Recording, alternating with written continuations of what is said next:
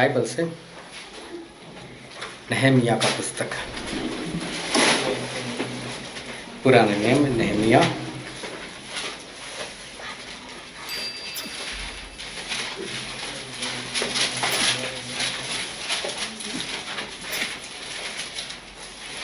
का चौथा अध्याय।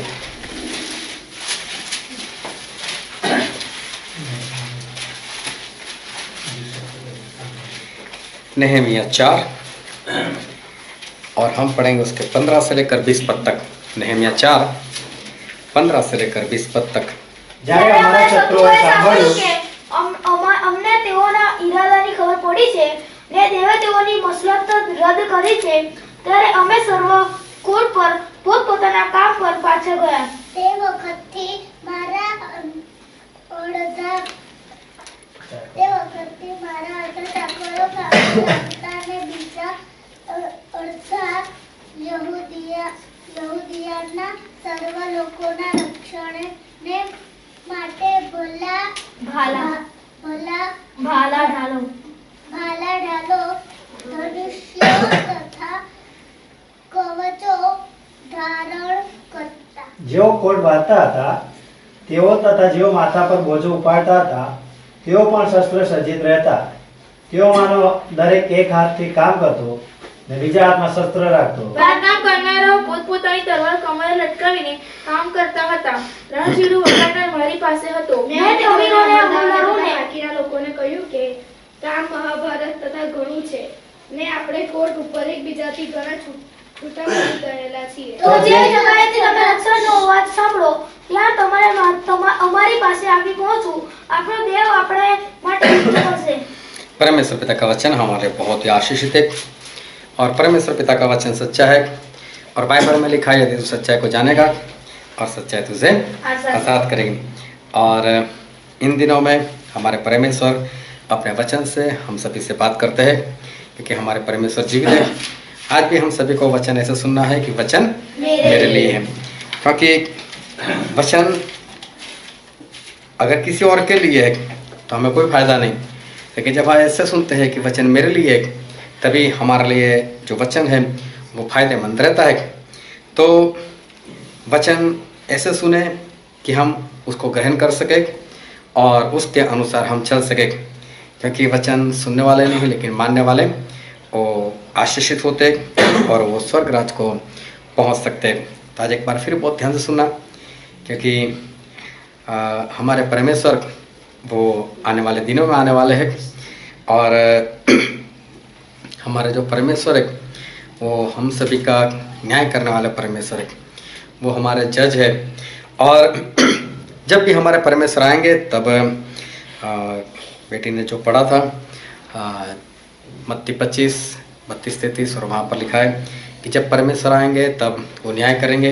एक तरफ भीड़ होगी मतलब विश्वासी लोग और एक तरफ बकरे मतलब जो आज्ञाकारी नहीं करते थे ऐसे लोग, और जो बाई और थे उनको आग की जेल में डाल दिया जाएगा। और प्रकाशित वाक्य में लिखा है कि आग की जेल वो दूसरी मौत है। तो आग की जेल उसके बारे में भी हमने देखा था कि आग की जेल बहुत ही भयानक सी है। और प्रभु ने तो यहाँ तक कहा कि अगर तेरा हाथ ठोकर खिलाए तो उसको काट कर फेंक दे। दोनों हाथ हो और तो नरक में आग की जेल में चला जाए, इससे तो अच्छा है कि एक हाथ ना हो और तू स्वर्ग में चला जाए, वो तेरे लिए अच्छा है। अगर तेरा पैर ठोकर खिलाए तो बोलो उसे भी काट दे, लेकिन तू स्वर्ग में चला जा, आग की जेल में जाने जैसा है नहीं। और अगर तेरी आँख ठोकर खिलाए तो उसे फोड़ दे। मतलब हमारे परमेश्वर कहना चाहते हैं हाथ को काट दो, पैर को काट दो, आँख को फोड़ दो, लेकिन नरक में मत जाओ। नरक में सब कुछ है, दोनों आंखें हैं, दोनों हाथ है और दोनों पैर है, लेकिन नरक में अगर चले गए तो इन सभी चीज़ों का कोई मायना वहाँ पर नहीं रखता। वहाँ सिर्फ दुख है, वहाँ सिर्फ आग है, वहाँ जलन है और उसको दूसरी मौत बाइबल कहते हैं। तो बहुत ही भयानक सी है। और हमने देखा था कि जो नया यरूशलेम आने वाला है वो चौरस है और हमें उसके अंदर रहना है, और उसके बाहर की जो जगह है वो सारी आग की जेल बनने वाली है उसके बाहर। और इसलिए बाइबल में लिखा है कि जो कोई झूठ बोलता है और झूठ को चाहता है, वो सब बाहर है, ऐसा लिखा है। लोग अंदर नहीं है, वो बाहर है। आज हम लोग कहाँ पर है? धरती के बाहर है। लेकिन जब नया यरूशलेम आएगा तब हम अंदर होंगे, और जो परमेश्वर की आज्ञाकारी में नहीं जीवन जीते वो लोग बाहर होंगे। तो बाहर मतलब आग की जिल, और बहुत भयानक सी एक, उसका तापमान का हम अंदाजा भी नहीं लगा सकते, और वहाँ पर हम जिंदा भी नहीं रह सकते, और वहाँ पर साथ में हम मर भी नहीं सकते, क्योंकि सिर्फ आत्मा नहीं है वहाँ पर, हमें एक शरीर दिया जाएगा, और वो शरीर वहाँ पर मरेगा नहीं, खत्म नहीं होगा, लेकिन लगातार उसको पीड़ा। कई बार हम लोग लंबे अरसे से कोई बीमार लोगों को देखते, तो कई लोग तो बोलते हैं परमेश्वर उसको छुटकारा दे दे तो अच्छा है। मतलब उनके कहने का मतलब है कि मर जाए तो अच्छा है। मतलब इतनी तड़प, इतनी भारी बीमारी, इससे अच्छा तो मर जाए तो उसका अच्छा हो जाए। और वहाँ आग की झील में तो ऐसी मौत भी नहीं है कि हमारे सांस खत्म हो गई और हम भी खत्म हो गए और अब कोई दुख नहीं, ऐसा नहीं है वहाँ पर।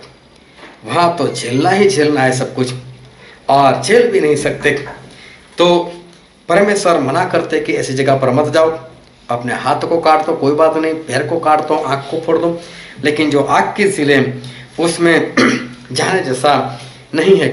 बहुत ध्यान से परमेश्वर के वचन को सुनते रहना, क्योंकि परमेश्वर हमसे अपने वचन से वो बात करना चाहते हैं, और परमेश्वर हमसे हमेशा वो बात करता है। पिछले दिनों में, मतलब पिछले साल जो दिसंबर उसका आखिरी हफ्ता मसीह लोगों के लिए, जो मसीही लोग धर्म मानने वालों के लिए बहुत ही अच्छा, पूरे साल वो लोग उस हफ्ते का इंतज़ार करते हैं जिसमें क्रिसमस आती है और उसके बाद न्यू ईयर भी आता है। और ये जो नया साल है जो 1 जनवरी से शुरू होता है, वो सिर्फ भारत के लिए नहीं है, वो दुनिया के किसी भी देश में जाओ, कोई भी कोने में जाओ, इसी हिसाब से चलता है। यही नया कैलेंडर, यही जो कैलेंडर है जनवरी फरवरी, कोई भी देश में चले जाओ, चाहे वो लोग किसी भी धर्म को मानने वाले हो, लेकिन सभी के लिए यही साल है। हम उसको ये नहीं कह सकते कि मसीह लोगों का नया साल है, ये सभी लोगों का नया साल है। सभी लोगों के लिए कैलेंडर बदलता है उस वक्त, और सभी लोग इसी को मानते हैं। हाँ, इसको क्रिश्चियन कैलेंडर बोला गया है, लेकिन ये कोई मसीही लोगों का कैलेंडर नहीं है, ये सभी लोगों का कैलेंडर है। कोई भी है, अगर कोई भी इन्विटेशन देता है, चाहे हिंदू हो, चाहे मुसलमान हो, चाहे और धर्म से हो, वो डेट कौन सी लगाते हैं?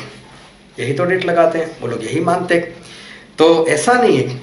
और साल है क्या? वो तो एक गिनती है बस, वो बदलते जाती है। जब हम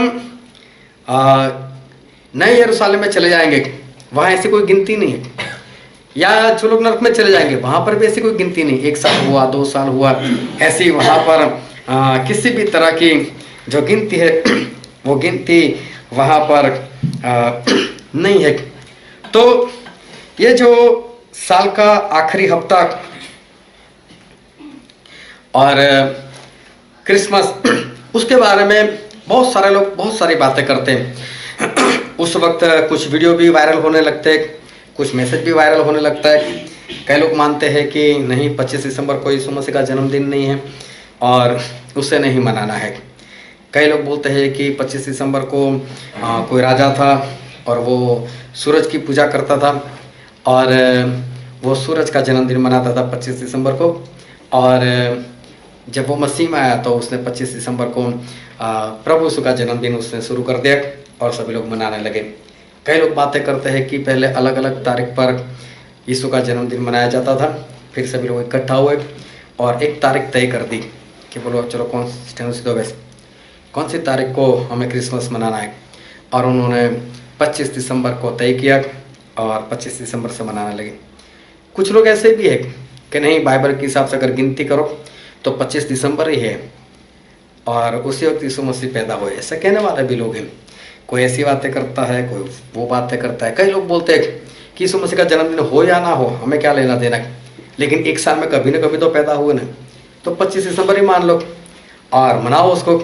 और उस वक्त हम भी दिखा देते हैं लोगों को कि देखो हम मसीह लोग हैं, उस वक्त हम लोगों को सुसमाचार दे सकते हैं, हम लोगों को अपने घर में इनवाइट कर सकते हैं, बुला सकते हैं और उनको बता सकते हैं कि आज हमारे यीशु मसीह पैदा हुए थे। हम उनको ये बता सकते हैं कि यीशु मसीह हमारे लिए इंसान बने, हमारे लिए ऐसा सुसमाचार हम दे सकते हैं। कई लोगों का ऐसा भी मानना है कि हम इस तरह से भी उस दिन को वो ये काम कर सकते हैं। चलो, जिसका जो भी मानना है, जिसको जो भी करना है, लेकिन वो सारी बातें तो अलग से है। 25 दिसंबर है या नहीं है, 25 दिसंबर क्या है, सूरज का जन्मदिन था या नहीं था, कोई राजा ने ऐसा बदला नहीं बदला, हमें उससे कोई लेना देना नहीं। कोई बोलते रोमन कैथलिक वाले लोगों ने ये क्रिसमस निकाल दिया, उसके पहले ऐसा कुछ नहीं था, ना कोई सांता क्लॉज से कुछ भी नहीं। ये सारी बातें जो भी है सच झूठ, लेकिन उसमें हमें सही में कोई लेना देना नहीं है। ना सांता क्लॉज से हमें लेना देना है, ना जन्मदिन से हमें लेना देना है। बस एक शब्द है जो जन्मदिन, प्रभु यीशु का जन्मदिन, बस यही सबसे बड़ी गड़बड़ी है। क्योंकि जब हम बोलते हैं कि यीशु मसीह का जन्मदिन, इसका मतलब ये है कि आज से 2017 साल पहले, चाहे 25 दिसंबर चाहे 25 दिसंबर के पहले या बाद में, जब भी, लेकिन अगर यीशु मसीह हम ऐसा बोलते कि पैदा हुए, तो पैदा हुए का मतलब क्या होता है? वो थे नहीं। मैं जब पैदा हुआ उससे पहले मैं नहीं था, उससे पहले मेरा अस्तित्व ही नहीं था। अगर हम बोलते यीशु मसीह पैदा हुए, तो हम ये भी साथ साथ में बोल रहे हैं कि यीशु मसीह उससे पहले नहीं थे। जबकि बाइबल में तो ऐसा लिखा है यीशु मसीह थे, वही आदि है, मतलब वही शुरुआत है, वही अंत है, मतलब अंत तक वही है। वो बोलते मैं सर्वशक्तिमान हूं। भजन संहिता में तो लिखा है यहोवा तो शब्द बहुत बार लिखा है, लेकिन भजन संहिता पढ़ो तो वहां पर एक शब्द और लिखा है याह, और यह का मतलब है वो परमेश्वर जो था, जो है, जो आने वाला है। उसके लिए उसका मतलब होता है, याह शब्द का मतलब होता है, तो वो तो यीशु मसीह है कि वो शुरू से थे और आने वाले भी है, और 3 दिन के लिए मरे भी थे जिस्मानी तौर पर। आत्मा में तो वो जिंदा ही थे, लेकिन जिस्मानी तौर पर वो 3 दिन तक मुर्दा थे। तो यह शब्द उनके लिए भजन संहिता में लिखा है। भजन संहिता 110 में भी लिखा है कि यहोवा ने मेरे प्रभु से कहा, मतलब 2 प्रभु, 2 परमेश्वर। यहोवा ने मेरे प्रभु से कहा, मतलब 2 प्रभु, मतलब प्रभु यीशु शुरू से है, उनको किसी ने पैदा नहीं किया। हाँ, बाइबल में लिखा है यीशु मसीह पैदा हुए, ऐसा लिखा है, लेकिन वो सिर्फ इसलिए लिखा है कि इंसानी जिस्म जो था वो उन्होंने धारण किया, और हमें बताने के लिए बस वो लिखा गया। लेकिन बाद में आप कहीं पर भी देखो, पत्रस में देखो तो ऐसा लिखा है कि वो प्रकट हुए, ऐसा लिखा है। यूहन्ना में देखो, उसके पहले यूहन्ना उसके 3 के 8 में लिखो तो वहां पर भी लिखा है कि वो प्रकट हुए। प्रकट होना मतलब पैदा होना नहीं, वो थे और प्रकट हुए। कहीं पर थे, कहीं पर प्रकट हुए। तो सबसे बड़ी बात तो हमारे लिए यही है कि यीशु मसीह पैदा नहीं हुए, वो प्रकट हुए। दूसरी बात, अगर उसको लोग यीशु मसीह का जन्मदिन समझते हैं, तो जन्मदिन यीशु मसीह का है।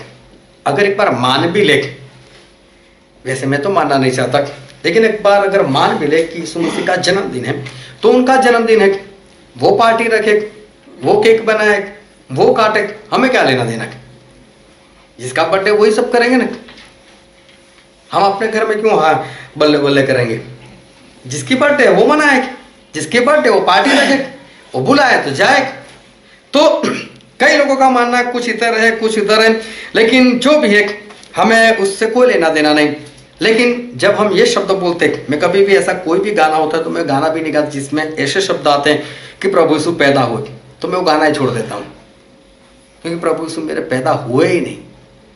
वो सर्वशक्तिमान है और उनके सिवा सर्वशक्तिमान कोई है ही नहीं।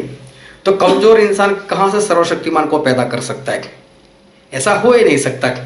तो सही में यीशु मसीह जो है वो पैदा नहीं हुए, वो हमारे लिए इंसानी जिस्म को धारण करते हुए आए। कई लोग जो है वो नहीं मानते इस क्रिसमस को, और अच्छी बात है नहीं मानते, तो वो नहीं मानते प्रभु यीशु का जन्मदिन है, तो बहुत अच्छी बात है। नहीं मानते तो बहुत अच्छी बात है, और मानना भी नहीं चाहिए।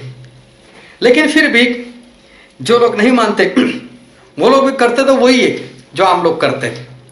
वो भी नए कपड़े सिलवा लेते हैं।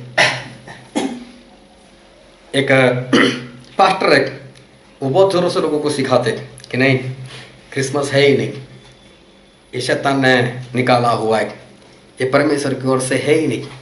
फिर भी हर 25 दिसंबर को मीटिंग तो रखते ही, वो सब लोग तैयार होकर भी आते हैं, और उस वक्त मीटिंग में बिरयानी भी पक्की रहती है।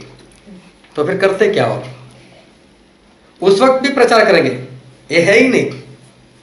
मैंने एक बार पूछ लिया उनके साथी से, मैं जब मानते नहीं हो तो करते क्यों ऐसा आम लोगों की तरह? बोले क्या हम अच्छा नहीं खा सकते, हम अच्छा पहन नहीं सकते? पहनो, खाओ, लेकिन उस वक्त कभी भी आप मीटिंग नहीं रखते। इस बार सोमवार को तो आपकी मीटिंग होती नहीं। हाँ, संडे को अगर क्रिसमस आ गया, संडे आप बैठते ही बैठते हो, हर संडे बैठते हो और आप बैठ गए, वो क्रिसमस के लिए नहीं। लेकिन आप सोमवार को कभी बैठते नहीं, लेकिन 25 दिसंबर आया तो आप बैठ गए, सभी लोग अच्छे कपड़े पहनकर भी आ गए। उस वक्त हर वक्त आप खाना नहीं रखते, लेकिन उस वक्त खाना भी रखा, तो इसका मतलब क्या है? मतलब बोलते तो हो कि ये सब कुछ नहीं है, लेकिन फिर भी मना तो लेते ही, मना ही लेते। तो इस संसार के लोग जो मानते हैं और आत्मिक लोग जो नहीं मानते, लेकिन दोनों उस वक्त ऐसी परिस्थिति में वो एक हो जाते, दोनों एक हो जाते। अभी 2 शादी हो गई और दोनों शादी में तकरीबन हम सभी लोग गए वहाँ पर, और शादी को अच्छे से मनाया, डांस भी किया, परमेश्वर के गाने भी गाए, सब कुछ अच्छा किया। लेकिन शादी में भी लगता था कि जो आम लोग हैं वैसे कपड़े आत्मिक लोग भी पहन कर आए थे, शादी के स्पेशल कपड़े, वो तो देखने को मिले थे। इसका मतलब कि नहीं, ऐसा कुछ नहीं है, हम तो ऐसा नहीं मानते, लेकिन फिर भी दिखा तो सही उस वक्त सब कुछ। इसका मतलब क्या? नहीं, शादी में ऐसे कैसे कपड़े पहन कर जाओ, शादी में जाना है। और शादी है क्या? बाइबल से हमें सब कुछ मालूम है, लेकिन फिर भी ऐसी बातें जो है वो देखने को मिली, साज सजावट भी देखने को मिली, और जो नहीं करना चाहिए, ऐसा जो अपने आप को आत्मिक समझते हैं या वचन समझते हैं, ऐसे लोगों ने भी ऐसे कुछ काम जो नहीं करने चाहिए थे वो कर बता दे। और उस दिन उनको ना तो किसी की शर्म लगी और ना ही किसी का डर भी लगा, कुछ भी, जो होगा देखा जाएगा। अभी बहुत ध्यान समझना, हम सब एक परिवार के हैं, और इसलिए मैं बता रहा हूँ, और ऐसा मत समझना कि सभी लोग को मिलकर एक परिवार है, और उनको डांटना और उनको सच्चाई जाहिर करना, काने को काना कहना, वो मेरा फर्ज है, और बाइबल में भी लिखा है, और कई बार हमने देखा है, लेकिन आज एक बार फिर उसको देखना चाहते हैं। और हम पढ़ते हैं पहला पत्रस, उसका 3रा अध्याय, पहला पत्रस उसका 3रा अध्याय और उसका 3रा पद है। તમારો શણગાર લાલનો ન હોય, ઉઠેલી વસ્તુનો તથા સોનાના ગહેણાનો અથવા જાત જાતના વસ્ત્ર પહેરવાનો એવો ન હોય। हाँ, यहाँ पर स्पष्ट लिखा है कि किस तरह सजना है। अभी फिर से पढ़ो तो इसको एक बार। તમારો શણગાર બહારનો ન હોય, એટલે ગૂંથણી વેણીનો તથા સોનાના ઘરેણાનો અથવા જાત જાતના વસ્ત્ર પહેરવાનો એવો ન હોય। हाँ, यहाँ पर ऐसा लिखा है कि तुम्हारा, लेडीज तो नहीं लिखा और जेंट्स भी नहीं लिखा। और पहला तिमोथी पढ़ो, उसका 2रा अध्याय, उसका 9वां पद। એમ બાજુ સ્ત્રીઓ પણ મર્યાદા તથા ગાંભીર્ય રાખીને શોભતા વસ્ત્રોથી પોતાને શણગારે, ગૂંથેલા વાળથી તથા સોના કે મોતીના અલંકારથી કે કીર્તિ પોશાકથી નહીં। यहाँ पर भी, यहाँ तो स्पष्ट लिखा है स्त्री। अभी हम ना तो कोई स्त्री की बात कर रहे और ना हम पुरुष की बात करें, हम दोनों की बात कर रहे। ना किसी को स्त्री समझना है ना पुरुष समझना, ये दोनों के लिए है। क्योंकि अगर कोई स्त्री के ऊपर उंगली उठाता है तो बहुत ध्यान से समझना, 25 पसली वो खुद है, वो तो एक ही है, मतलब वो उससे 25 गुना ज्यादा दोषी है। तो कोई भी अपनी स्त्री के ऊपर हाथ मत उठाना, क्योंकि 25 गुना आप पापी हो, आप दोषी हो उससे, चाहे जिसने भी किया, चाहे कैसे भी किया। लेकिन बहुत ध्यान से समझना परमेश्वर के वचन को, कि यहां पर जो लिखा है, अगर कोई ऐसा मानता है तो मुझसे बता दे कि ये मेरे लिए नहीं है। अगर कोई ऐसा मानता है तो, कोई मानता तो नहीं ऐसा कि ये वचन मेरे लिए नहीं। हाँ, ये वचन सभी के लिए। जब बाइबल पढ़ते तो वचन है ही, ये वचन है, ये मेरे लिए ही है। ये वचन ऐसा मत समझना कि परमेश्वर इसको बाईपास कर देंगे, इसको निकाल कर हमारा न्याय करेंगे, ऐसा भूल जाना। या तो कोई और कलीसिया वाले करते हैं, या तो कोई और करता है, और वो लोग बड़े लोग हैं, वो ज्यादा समझदार है, उन लोगों ने बाइबल कॉलेज की है, या उनके पास ज्यादा अकल है, और वो लोग करते, इसका मतलब क्या? हम नहीं कर सकते। ऐसी बातें भी दिल से निकाल देना, क्योंकि प्रभु ने एक बार कहा कि परमेश्वर मैं आपका धन्यवाद करता हूं क्योंकि आपकी बातें आपने ज्ञानियों को नहीं बताई लेकिन बच्चों को जाहिर की है। तो परमेश्वर ने अपना ज्ञान ज्ञानियों को नहीं बताया। कोई भी बाइबल कॉलेज किया हुआ, पीएचडी किया हुआ मेरे सामने लेकर आओ और उसका ज्ञान देखो, और आप उसका ज्ञान देखकर समझ जाओ कि उसके पास सही में ज्ञान नहीं है, क्योंकि परमेश्वर पीएचडी वाले को ज्ञान नहीं देते, बाइबल कॉलेज करने वाले को ज्ञान नहीं देते। वो सिर्फ और सिर्फ अपने आत्मा से ही ज्ञान देते, अपने आत्मा से ज्ञान देते। तो कहीं पर भी जाने से, कोई बाइबल कॉलेज करने से, पीएचडी करने से, बाइबल 1000 बार पढ़ने से भी परमेश्वर का ज्ञान नहीं आता, वो परमेश्वर के बच्चे को आता है। पिछले दिनों में एक भाई साहब मेरे पीछे दूसरे भाई साहब से बात कर रहे थे और बोले मैं परमेश्वर का धन्यवाद करता हूं कि मैंने 9 बार बाइबल पढ़ लिया। और उसके पास जो ज्ञान था, उसके पास जो समझ थी, कुछ भी नहीं थे, ऐसा मुझे लगा। तो इसने 9 बार पढ़ा, 9 बार पढ़ने के बाद इसके पास कोई ज्ञान ही नहीं है, इसको परमेश्वर का वचन क्या कहना चाहता है वो पता ही नहीं। 9 बार पढ़ने से भी उसके पास ज्ञान नहीं आया। तो ये बाइबल ज्यादा पढ़ने से भी ज्ञान नहीं आता, बंद मत कर लेना पढ़ना। हाँ, पढ़ना है हमें, क्योंकि पवित्र आत्मा याद दिलाते, पढ़ना है इसलिए कि पवित्र आत्मा हमें सिखाते हैं, इसको छोड़ना नहीं है। हाँ, एक बार नहीं, उसने 9 बार पढ़ा तो हम उसको 18 बार पढ़कर बता दें, उससे ज्यादा ज्ञान पवित्र आत्मा से हासिल कर ले। जितनी बार पढ़ोगे पवित्र आत्मा हमें हर बार उसमें से और भी गहराई में लेकर जाएंगे, और भी गहराई में लेकर जाएंगे। समुद्र का पानी ऊपर देखो या नीचे देखो, पानी तो पानी दिखेगा, लेकिन जितना नीचे जाओगे उतना भेद हमें मिलेगा, उसमें से उतना भेद मिलेगा। अब एक जगह पर मैंने समुद्र देखा, तो पानी तो पानी के साथ मिक्स हो जाता है, लेकिन मैंने वहां पर 2 कलर देखे, एक और नीला सा और एक और हरा सा, बीच में पूरी लाइन खींची हुई थी। मैं बोला दोनों मिक्स क्यों नहीं हो रहे, इधर हरा क्यों दिख रहा है और इधर ब्लू क्यों दिख रहा है? ये परमेश्वर का ज्ञान है, ये परमेश्वर ऐसा कर सकते हैं। और इसलिए जब समुद्र में डूबते हैं तो पता चलता है कि 1 फुट गहराई में जाने से क्या होता है और 1 किलोमीटर की गहराई में नीचे जाने से क्या होता है।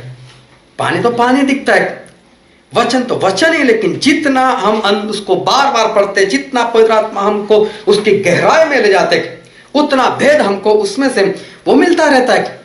तो ऐसा नहीं कि इसको बंद करना है, लेकिन पवित्र आत्मा से पढ़ना है। पवित्र आत्मा को कहना है कि पवित्र आत्मा आप हमें सिखाओ, और पवित्र आत्मा हमें सिखाएंगे, और पवित्र आत्मा हमें याद भी दिलाएंगे। और फिर निर्गमन का पुस्तक में ऐसा लिखा है, निर्गमन का पुस्तक उसका 33वां अध्याय, और वहां पर हम पढ़ते उसका 5 और 6 पद। અને યહોવાએ મૂસાને કહ્યું, ઇસ્રાએલ પુત્રોને કહે કે તમે હઠીલી પ્રજા છો, જો હું એક પર્વત તારી પરથી આવું तो હું તારો સંહાર કરું। परमेश्वर ऐसा बोलते हैं कि मूसा, अगर मैं तुम लोगों के बीच में, इस इस्राएल लोगों के बीच में अगर मैं आ जाऊं तो एक ही पल में, सिर्फ एक पल में मैं इनका नाश कर दूं। क्यों? तो हमें तारा घरना उतार। क्या लिखा है? उतार दे इसको, वरना एक पल के लिए भी मैं आ जाऊंगा और मैं तुझे खत्म कर दूंगा। और फिर મારે તને શું કરવું તે હું જાણું। અને હોરેબ પર્વતથી માંડીને ઇસ્રાએલ પુત્રોએ પોતાના ઘરેણા ઉતારી મૂક્યા। कितना स्पष्ट लिखा है, उतार दे इन लोगों ने। ये बाइबल में लिखा है, पुराने नियम में भी लिखा है और नए नियम में भी लिखा है। बहुत ध्यान समझना, सबसे पहले बाइबल के अंदर मूसा का बपतिस्मा चलता था, उसके बाद यूहन्ना आए तो यूहन्ना ने दूसरा बपतिस्मा शुरू कर दिया। इसका मतलब क्या हो, जब नया आता है तो पुराना चला जाता है। फिर यीशु मसीह आए तो यीशु मसीह ने उसको भी कैंसिल कर दिया। मतलब जैसे जैसे बाइबल में हम आगे पढ़ते पढ़ते जाते हैं और आगे अगर परमेश्वर कोई नई सीख देते हैं और पुराने नियम में अगर वो हमें नहीं भी मिलती तो हमें उसका जिक्र नहीं करना है कि यहां पर ऐसा लिखा है और हम क्यों ना करें। ज्यादातर लोग अब्राहम को इसहाक को बीच में लेकर आते, उसके नौकर को बीच में लेकर आते, उसने उसको गहना दिया, उसकी पत्नी को पहना है, रिबका को दिया, लेकिन आगे भी तो बढ़ो, आगे भी तो पढ़ो, आगे क्या हुआ। एक बात को पकड़ कर बैठते, लेकिन हमें ऐसा नहीं करना है। परमेश्वर का वचन ऐसा कहता है कि परमेश्वर ने इंसान को बनाया और इंसान को बनाने की वजह से परमेश्वर पछता है। कोई पढ़ लो तो उत्पत्ति उसका 6वां अध्याय, उसका 6वां पद पढ़ो तो। અને યહોવાએ પૃથ્વી પર માણસને ઉત્પન્ન કર્યો, તેનો તેને પશ્ચાતાપ થયો. हाँ, स्पष्ट लिखा है परमेश्वर पछता है। पछताने का मतलब है मुझे नहीं करना था, नहीं बनाना था इंसान, मैंने क्यों बना दिया, मतलब मेरी गलती हो गई इंसान को बनाने की, ये सब लोग भटक गए इधर उधर, नहीं बनाना था। क्या परमेश्वर ने आदम को बोला था चोरी मत कर? क्या उसको बोला था तू व्यभिचार मत कर? क्या उसको बोला था झूठ मत बोल? क्यों नहीं?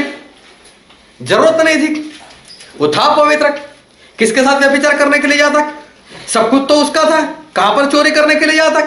सब कुछ तो सामने सामने हवा भी तो पवित्र, किसके आगे झूठ बोले? लेकिन आगे चलकर आज्ञा देने की जरूरत आई ना, कुछ होता है तो परमेश्वर उसको सुधारने के लिए आगे कुछ बोलते, और जो आगे बोला वो सच है, पीछे बोला झूठ नहीं है। लेकिन परमेश्वर ने देखा कि ऐसा हुआ तो अब मुझे उसको सुधारने के लिए अब आगे कुछ बताना पड़ेगा। चाहे अब्राहम के नौकर ने उसकी बहू को चाहे गहना दिया, लेकिन आगे चलकर उसमें कुछ सुधार लाए तो हमें उस सुधार को पकड़ना है, हमें इसको नहीं पकड़ना है। तो वो ध्यान से समझना कि सारी बातें जो बाइबल में लिखी है वो सच है। क्या हम इसके बिना रह नहीं सकते? क्या हम संसार के जो लोग हैं क्या हमें उसके समान ही रहना है? सब कुछ जानने के बाद, समझने के बाद भी क्या हम ऐसा समय जब आता है, ऐसा मौका जब आता है, हमारे आसपास में जब ऐसा होता है, तब क्या हम उनसे जुदा नहीं रह सकते? क्या हमें उनसे मिल ही जाना है? हमें भी उनके समान ही काम करना है। आज के दिन के लिए तो है, साल में एक बार तो त्योहार आता है, शादी बार बार तो होती नहीं है, चलो हम ये कर लेते, क्या वो कर लेते।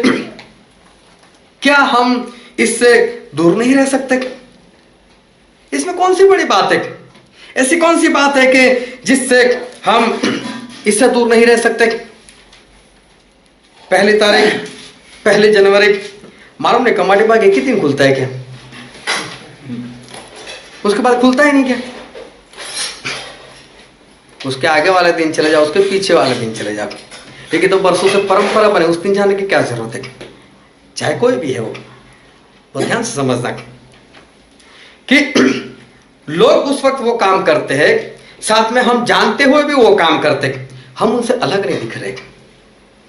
संसार के लोगों से जो अलग हम दिखने चाहिए वो दिखते नहीं, फिर बहाने भी नहीं, हम तो न्यू ईयर इसलिए नहीं, लेकिन उसको क्या है सभी लोग मिलते हैं वहां पर, तो पूरा साल किसी से मिलते ही नहीं, पूरा साल किसी को मिलते ही नहीं, मिलने ही नहीं जाते, या किसी के घर के दरवाजे बंद हो जाते हैं पूरे साल।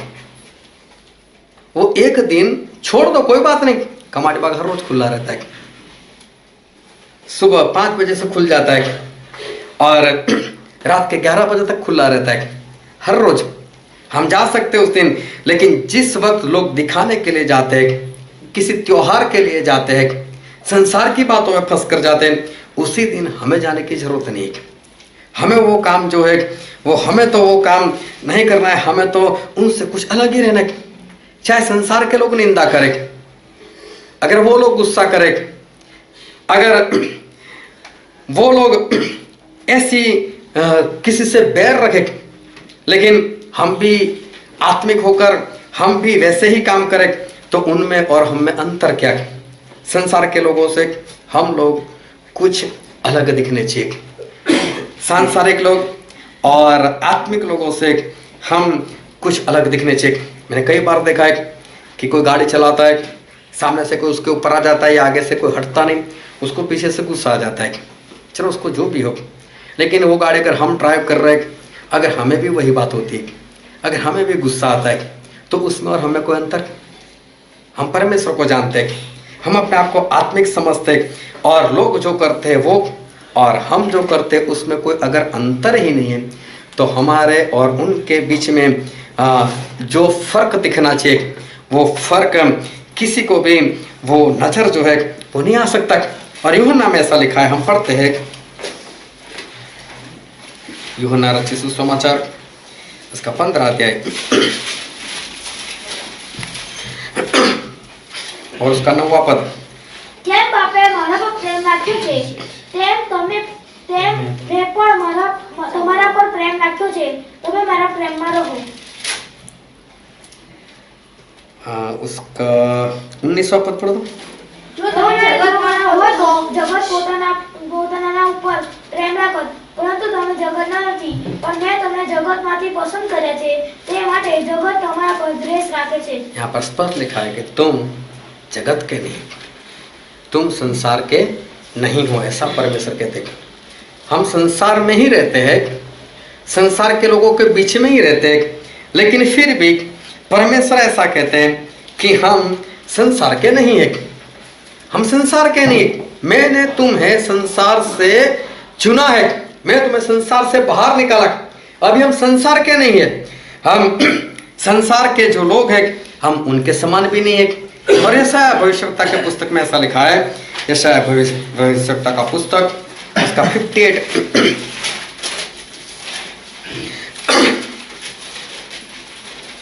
और उसका 5वां पद। હું જે ઉપવાસ પસંદ કરું છું તે આવો હોય, જે દિવસે માણસ આત્મકષ્ટ કરે તે દિવસ આના જેવો હોય, પોતાનું ડોકું સરકટની પેટે લગાવવું ને પોતાની હેઠળ ટાટ તથા રાખનું પાથરનું કરવું, શું આને તમે ઉપવાસને यहोवाનો માન્ય દિવસ ગણશો? यहाँ पर एक बात लिखी है, एक बार फिर से कोई पढ़ो तो। હું જે ઉપવાસ પસંદ કરું છું તે આવો હોય, જે દિવસે માણસ આત્મકષ્ટ કરે તે દિવસ આના જેવો હોય, પોતાનું ડોકું સરકટની પેટે લગાવવું। हाँ, खुद की गर्दन सरकट, ये जो सरकट शब्द है उसको हिंदी में जाव कहते हैं, और ये एक तरह का घास होता है, एक तरह का घास होता है। और ये ज़्यादातर तो जो नाइल नदी है, जो दुनिया की सबसे लंबी नदी है, उसके किनारे पर ये ज़्यादातर पाया जाते हैं। ये हरा सा होता है, घास के समान ही होता है, लेकिन बस एक एक डाली जमीन से निकलती है और काफ़ी लंबी होती है, 3-3, 4-4, 5-5, 6-6 फुट तक वो होती है। और उसका अगर जो बाहरी वाला हिस्सा होता है हरा, वो निकाल दो तो उसके अंदर एक सफ़ेद दूसरा हिस्सा होता है। उस सफ़ेद हिस्से को नए नियम लिखने में लोगों ने इस्तेमाल किया था। ये जो जाव है या सरकट जो लिखा है, उस पौधे का नाम है पेपियरस, और उसका कागज बनता है, पेपर बनता है। और ये जो हमारा पेपर यूज़ करते हैं वो वाला नहीं, उसका पेपर कुछ अलग तरह से बनता है। और वो पेपर चाहे कितने भी साल हो जाओ वो ख़त्म नहीं होते। साथ में उसको पानी में भिगो दो, वो भीग जाएगा, लेकिन होता कुछ नहीं, उसको सूखने के बाद जैसा था वैसा हो जाता है, वो फटता नहीं है चाहे कितने भी साल हो जाए। तो ये उसकी बात की, लेकिन दिखने में बहुत हल्का होता है। और यहाँ पर ऐसा लिखा है कि उसकी तरह गर्दन को झुकाना, मतलब जब हवा चलती है तो हवा के साथ वो झुक जाता है ऐसे। अगर इधर से हवा आई तो इधर से ऐसे झुक जाना, फिर हवा बंद हो गई और फिर ऐसे सीधा हो गए। अगर इधर से हवा आई तो फिर ऐसे झुक जाओ, और फिर जैसे हवा बंद हो गई वो वापस सीधा। अगर जोरों से हवा आई जोरों से झुकना, अगर चारों ओर से हवा, कभी इधर से कभी इधर से, तो इधर जाएगा उधर जाएगा, और जैसे ही हवा बंद वो सीधा भी हो जाएगा। और परमेश्वर बोलते हैं जो उपवास में चाहता हूं, क्या वो ऐसा है कि इंसान उस घास की तरह, उस जाव की तरह, इस पेपियरस के पौधे की तरह जब हवा चलती है तो उस जिस तरह वो झुक जाता है हवा के साथ, वैसे ही गर्दन को झुकाना मतलब जब परमेश्वर की जरूरत हो, परमेश्वर मेरा इतना काम कर दो, तब परमेश्वर के पास आ जाना। जैसे कहा है परमेश्वर तुझे अभी मुझे मेरा काम करने बोले, इस तरह से अपने सर को झुकाना, तो परमेश्वर बोलते हैं क्या वो उपवास है? मतलब परमेश्वर ये कहना चाहते हैं जब परमेश्वर की जरूरत तो परमेश्वर के पास जाओ, जब परमेश्वर की जरूरत तो परमेश्वर के आगे झुक जाओ। जैसे हवा चलती है, और फिर जब संसार की हवा चलती है संसार की ओर मुड़ जाओ। फिर संसार जैसा काम करता है, संसार के लोग जैसे काम करते हैं वो भी कर दो। जब जरूरत पड़े तो परमेश्वर के पास, और नहीं जरूरत तो संसार की जिस तरह से हवा चलती है बस उसी तरह से बढ़ते रहो। और फिर आगे लिखा है, हम पढ़ते हैं मत्ती रचित सुसमाचार में उसका 11वां अध्याय और उसका 7वां पद। અને જેઓ પાઠ કરતા હતા ત્યારે ઈસુ યોહાન સબંધી લોકોને કહેવા લાગ્યો કે તમે રાનમાં શું જોવા નીકળ્યા? प्रभु यीशु कहते हैं कि आप लोग जंगल में क्या देखने के लिए गए? શું પવનથી હાલતા બરુ ને? हाँ, यहाँ पर जो लिखा है बरु शब्द, उस हिंदी में उसको बोलते हैं सरकंडा। ये भी एक तरह का घास होता है, लेकिन ये पेपेरस नहीं, लेकिन उसके समान ही घास, उसका कोई पेपर वगैरह कुछ बनता नहीं। लेकिन बोलते हैं क्या हवा से डोलते हुए उस सरकंडे को देखने के लिए गए। मतलब जैसी हवा वैसे वो भी इधर डोलता डालता रहता है। संसार इस तरफ भागता है, सभी लोग इस तरफ, संसार इस तरफ भागता है तो इस तरफ, और जब परमेश्वर की जरूरत तो सभी को छोड़कर परमेश्वर के पास है। परमेश्वर मेरा इतना काम कर दो, परमेश्वर मेरे पास जॉब नहीं है, परमेश्वर इतना काम कर दो, परमेश्वर जॉब दिला दी। अब संसार जिस तरह से भागता है, जिस तरह से हवा चलती है उस तरफ झुक जाओ, उस तरफ भागते रहो। तो परमेश्वर का वचन कहता है कि आप जंगल में क्या देखने के लिए गए? ऐसे घास को, ऐसे सरकंडे को देखने के लिए गए जो हवा से इधर उधर वो चलता रहता है। सरकंडा या जाओ पेपेरस वो हवा की तरह वो लोग होते हैं। हवा जिस तरह से चलती है बस उसी दिशा में वो लोग भी झुकना पसंद करते। उनका अपना, उनकी अपनी कोई पहचान नहीं। जैसी हवा वैसे ही, जैसे संसार के लोग वैसे ही वो लोग चलते। लेकिन ऐसा सरकंडे के साथ या तो झाव के साथ ऐसा होता क्यों है? क्योंकि हवा आती है ना, इसलिए वो हवा जिस दिशा से आती है उधर से वो झुक जाता है। लेकिन हवा उसको ना लगे तो, अगर हवा ना लगे उसको तो सीधा का सीधा रहेगा। लेकिन हवा लगती है ना, इसीलिए कभी इधर कभी उधर वो डोलता डालता रहता है। वो ध्यान समझना कि परमेश्वर आज हमसे इस वचन के जरिए कुछ सिखाना चाहते। तो हवा की जो असर होती है उसके लिए ये कभी इधर कभी उधर डोलता डालता रहता है। लेकिन अगर उसको हवा ही ना लगे तो फिर उसका कुछ नहीं हो सकता, वो जैसा है वैसा ही रहेगा, अपने आप से चलेगा। लेकिन हवा की वजह से ऐसा होता है। और भजन संहिता में ऐसा लिखा है, भजन संहिता उसका 92, भजन संहिता उसका 92 उसका 12वां पद कोई पढ़ो तो। न्यायी माणस ताड़नी पेटे खीलसे। यहां पर लिखा है कि जो धर्मी है, किसके पास हिंदी है तो पढ़ो तो हिंदी में।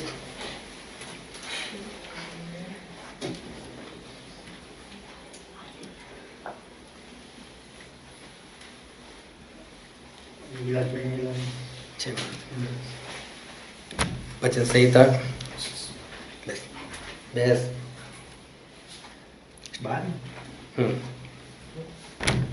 धर्मी लोग खजूर के समान फूले फलेंगे। हालेलुया।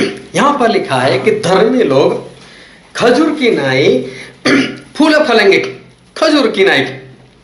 और खजूर के जो पेड़ होते हैं, खजूर का फल बहुत अच्छा रहता है और खाने में भी बहुत मीठा लगता है, और उससे शरीर को भी कई तरह की शांति मिलती है। कई उसको दवाई की तरह भी इस्तेमाल करते हैं। लेकिन ये खजूर जो है वो आम के पेड़ की तरह नहीं होता है। आम के पेड़ में कैसा होता है, एक आम यहाँ पर लगी, एक उधर लगी, एक इधर लगी। लेकिन खजूर जब लगती है तब पूरा उसका झुमका होता है, उसका झुंड होता है, वो झुंड में लगती है। और यहाँ पर लिखा है धर्मी इंसान, मतलब जो परमेश्वर की आज्ञाकारी करता है वो इंसान खजूर के पेड़ के नाई फूला फलेगा। वो खजूर के पेड़ के नाई, और खजूर का जो पेड़ होता है वो ज़्यादातर रेत वाले रन में होता है, रन प्रदेश में होता है। कभी भी खजूर जहाँ पर सिर्फ खजूर मिलते हैं ना, इस दुकान पर जाना, वहाँ पर आपको ईरान की खजूर मिलेगी, इराक की खजूर मिलेगी, सऊदी अरब की खजूर मिलेगी। और अगर आप उसको बोलोगे कि इसका फ़ायदा क्या है, तो भी बताएंगे इससे कौन सा फ़ायदा होता है। लेकिन ये सारे प्रदेश जो है वो रन है वहाँ पर, और जहाँ पर रेत होती है वहाँ पर ये पेड़ जो है वो वहाँ पर लगता है। अभी पेड़ अपने आप नहीं लगता है, वहाँ पर बीज डालना पड़ता है, और बीज डालते हैं तो वहाँ पर वो पेड़ होता है। अभी जहाँ रेत होती है वहाँ सबसे पहले पानी नहीं होता, रन में पानी नहीं मिलता। और आम प्रदेश में जाओ तो पानी मिल जाता है, रन में पानी नहीं होता। और जो धरती परमेश्वर ने बनाए उसकी गहराई में वहाँ तो जल होता है, उसकी गहराई में जल होता है। कई बार हम भी पेड़ लगाते हैं, पौधा लगाते हैं, बीज लगाते हैं, तो उसको पानी देने की जरूरत पड़ती है। फिर जैसे जैसे पेड़ बड़ा होता जाता है तो उसके जो मूल होते हैं वो गहराई में जाता रहता है, और जब उसका मूल वहाँ नीचे पानी को छू लेता है फिर उसको पानी डालने की जरूरत नहीं रहती। देखो बड़े बड़े नीम के पेड़, आम के पेड़, उसको कोई पानी नहीं डालता है, क्योंकि उसके मूल कहाँ तक पहुँचे, नीचे पानी तक पहुँच चुके। अब उनको हमें पानी देने की जरूरत नहीं, लेकिन जब छोटा होता है तो उसका मूल ऊपर ही होता है और वहाँ उसको पानी नहीं मिलता, तो हमें पानी देने की जरूरत होती है। और यहाँ पर लिखा है कि धर्मी लोग जो आज्ञाकारी करते हैं, ऐसे लोग वो खजूर के पेड़ के नाई फले फूलेंगे। तो खजूर का पेड़ जो ज्यादातर लगता है वो रन में लगता है, वहां पर पानी नहीं होता, और पानी नहीं होता तो जो भी पेड़ होता है उसमें जान होती है, पेड़ के अंदर भी समझ होती है। अगर आपको ना समझ आए तो कभी ऐसा काम करना, अपने घर में एक छोटी सी जगह में एक पौधा लगा देना, और पौधा लगाकर यहाँ पर पौधा लगाते हो तो आप पानी उसको थोड़ा छोड़कर इधर पानी डालना, और कुछ समय के बाद उस पौधे को उखाड़ कर देखना, उसके मूल उस पानी की ओर बढ़े होंगे। उसमें इतनी अक्ल है, मुझे कहाँ से पानी मिलता है, मुझे कहाँ पर बढ़ना है। और खजूर के पेड़ को भी इतनी अक्ल होती है कि जितने मेरे मूल नीचे जाएंगे तो एक बार नीचे पहुंच गए पानी के पास, फिर मैं इस रेत वाले प्रदेश में मुझे पानी की फिक्र नहीं रहेगी, तब तक उसका मालिक देता रहता है। लेकिन फिर वो अपने आप वो पानी की ओर बढ़ता है, और पानी अपने आप बोलने लगता है। उसके बाद अगर रन में अगर हम जाते हैं तो रन में ऐसा होता है कि दिन में जब धूप होती है तब वहाँ की गर्मी, वहाँ का तापमान बढ़ जाता है, और वहाँ का तापमान तकरीबन 65 डिग्री चला जाता है। और 65 डिग्री तो जो पेड़ पौधे होते हैं वो भी सूख जाएंगे, लेकिन खजूर का पेड़ सूखता नहीं है, वो तो फिर भी खजूर देता रहता है। क्योंकि खजूर का जो पेड़ होता है उसको देखना, उसका लकड़ा देखना, उसका लकड़ा कभी कोई फर्नीचर बनाने में काम नहीं आता, और आम पेड़ की तरह उसका लकड़ा नहीं होता। उसका लकड़ा देखो तो उसके चारों ओर एक छिलका नजर आएगा। आम पेड़ में भी छिलका नजर आता है, इसका छिलका कुछ अलग तरह का होता है। अगर इसके छिलके को आप काट कर देखोगे तो उसमें से एक पदार्थ निकलता है मोम की तरह, जो मोमबत्ती हम जलाते हैं एक पदार्थ उसमें निकलता होता है, ये उसके छिलके में रहता है।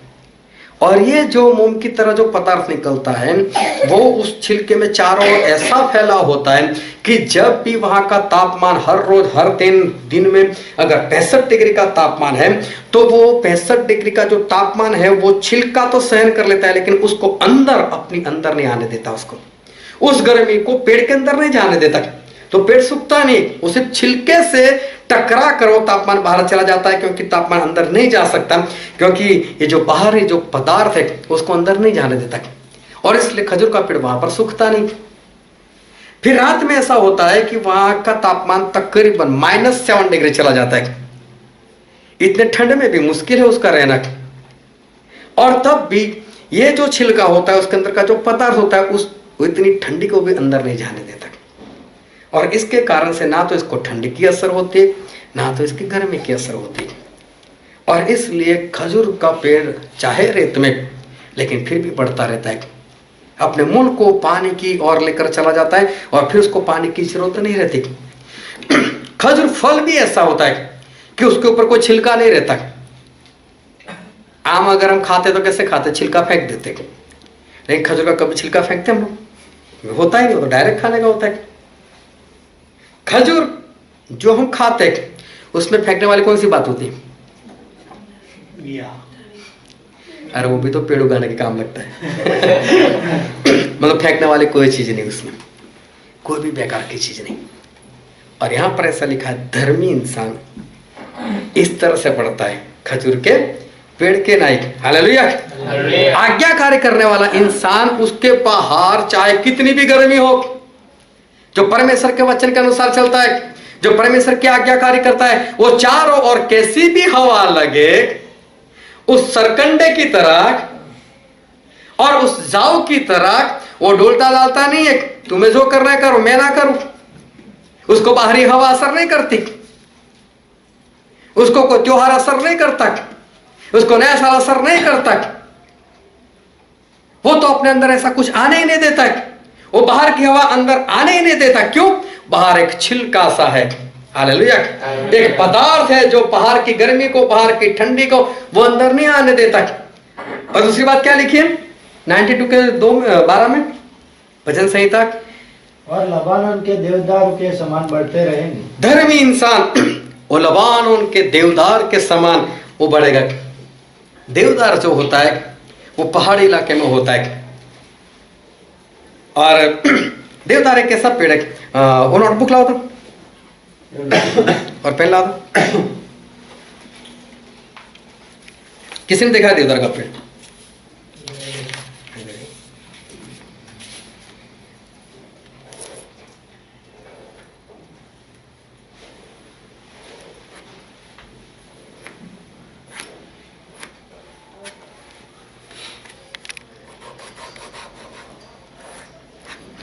देवदार का पेड़ ऐसे दिखता है, देखो त्रिकोण सा ऐसे दिखता है देवदार का पेड़। अगर उसको देखो तो उसकी डिजाइन कुछ ऐसे लगती है।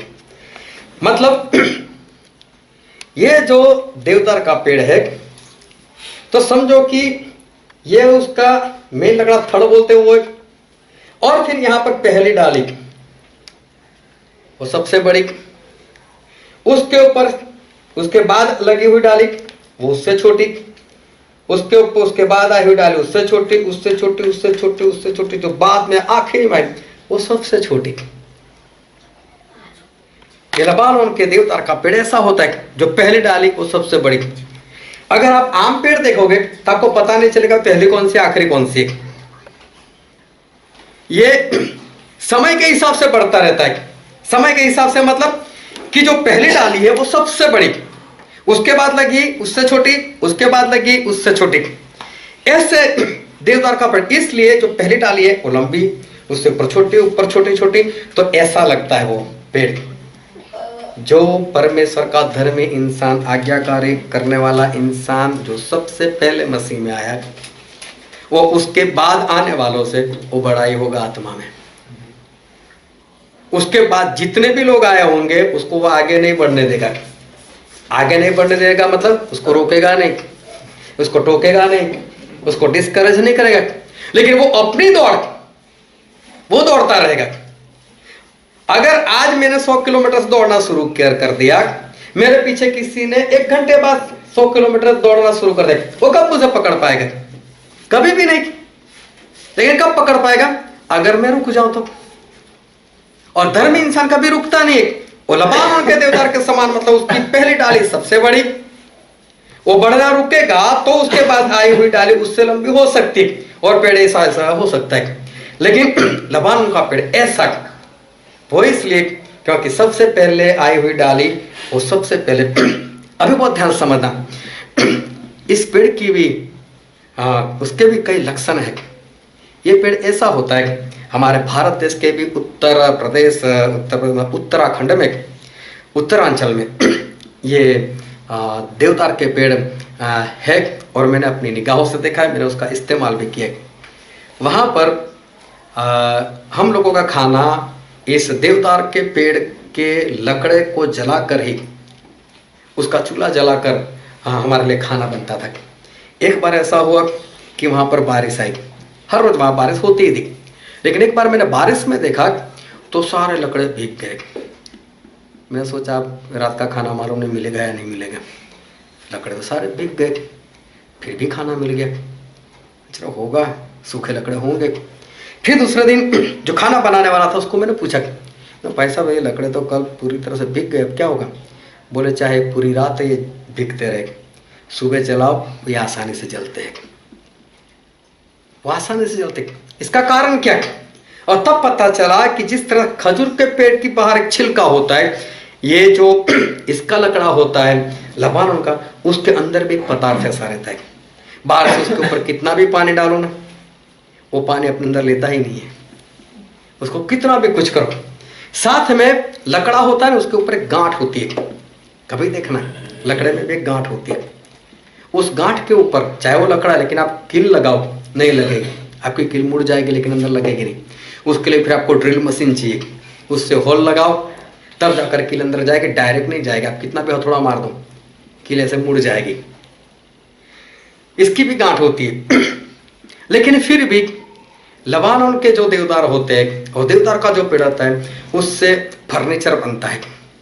और फर्नीचर जब बनाना होता है, चाहे वो नीम के पेड़ से बने, चाहे आम के पेड़ से बने, चाहे और किसी पेड़ से बने, चाहे साग से बने, लेकिन उसको पहले भिगोना पड़ता है।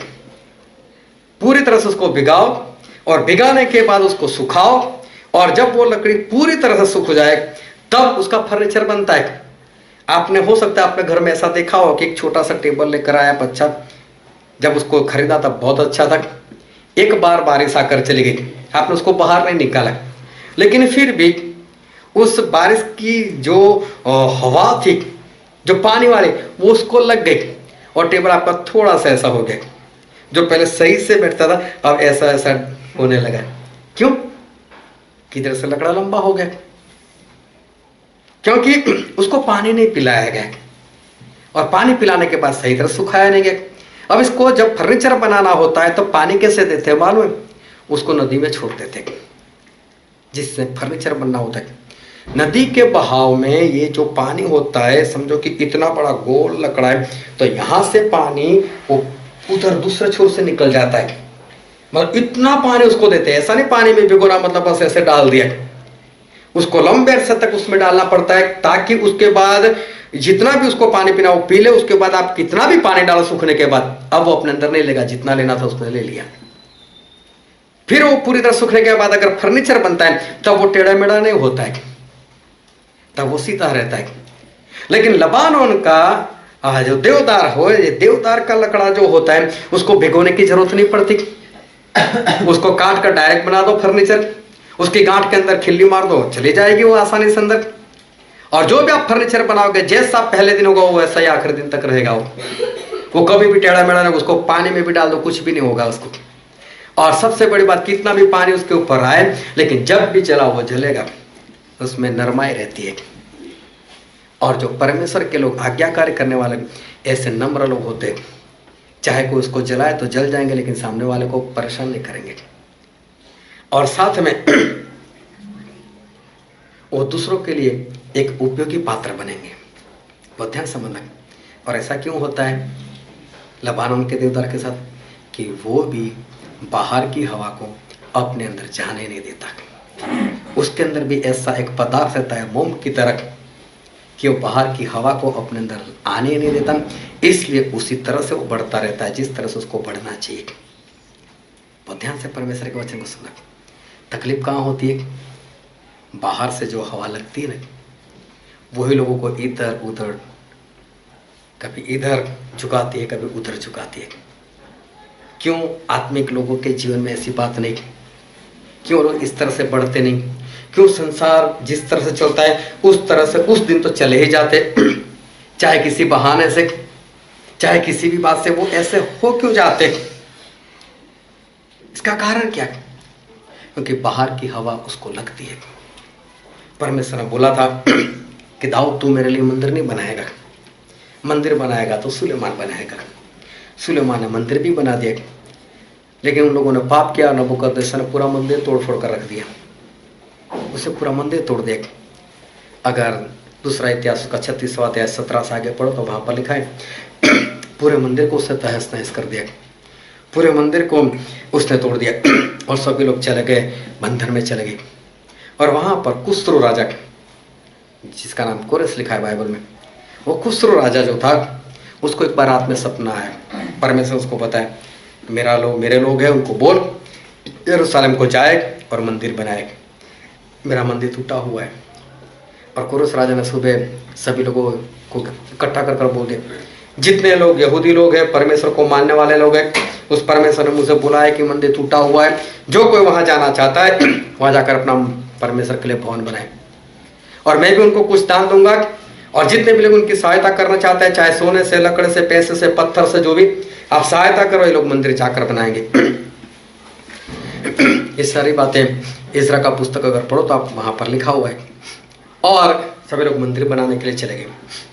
जब मंदिर बनाने के लिए गए और उन्होंने मंदिर बनाने की शुरुआत की, तो वहां के कुछ लोग, उसमें मेन जो था सनबल्लाट, वो लोग खिलाफ में आकर खड़े हो गए, और उन लोगों ने इनको मंदिर बांधने से रोक दिया।